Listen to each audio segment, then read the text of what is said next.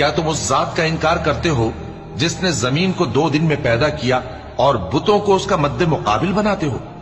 وہی تو تمام جہانوں کا مالک ہے، اور اسی نے زمین میں اس کے اوپر پہاڑ بنائے اور زمین میں برکت رکھی اور اس میں سامان معیشت مقرر کیا، سب 4 دن میں، اور تمام طلبگاروں کے لیے یکساں۔